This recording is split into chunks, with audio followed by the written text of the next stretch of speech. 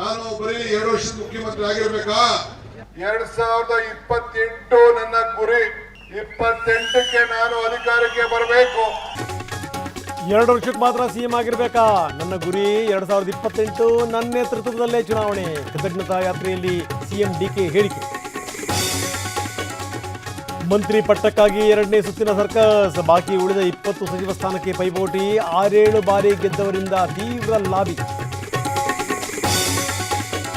ವಿಧಾನ ಪರಿಷತ್ಗೆ ಎನ್ಡಿಎ ಅಭ್ಯರ್ಥಿಗಳ ಹೆಸರು ಪ್ರಕಟ. ಕಾಂಗ್ರೆಸ್ 5ನೇ ಅಭ್ಯರ್ಥಿಗೆ ಜೆಡಿಎಸ್ ಸವಾಲು. ಇಂದು ಗೋವಿಂದರಾಜು ನಾಮಿನೇಷನ್.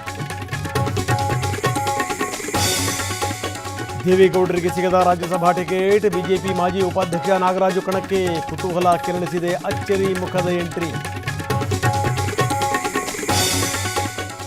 ಇಂದು ಇಂಡಿಯಾ ಮೈತ್ರಿಕೂಟದ ಮೀಟಿಂಗ್. 23 ಪಕ್ಷಗಳು ಸಭೆಯಲ್ಲಿ ಭಾಗಿ. ಮುಂದಿನ ಹೋರಾಟದ ಬಗ್ಗೆ ಚರ್ಚೆ.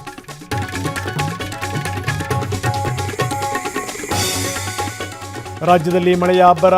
ರಸ್ತೆಗಳು ಜಲಾವೃತ. ಬೆಳೆಗಳಿಗೆ ಹಾನಿ. ನಾಳೆ 8ಕ್ಕೂ ಹೆಚ್ಚು ಜಿಲ್ಲೆಗಳಲ್ಲಿ ರೆಡ್ ಅಲರ್ಟ್.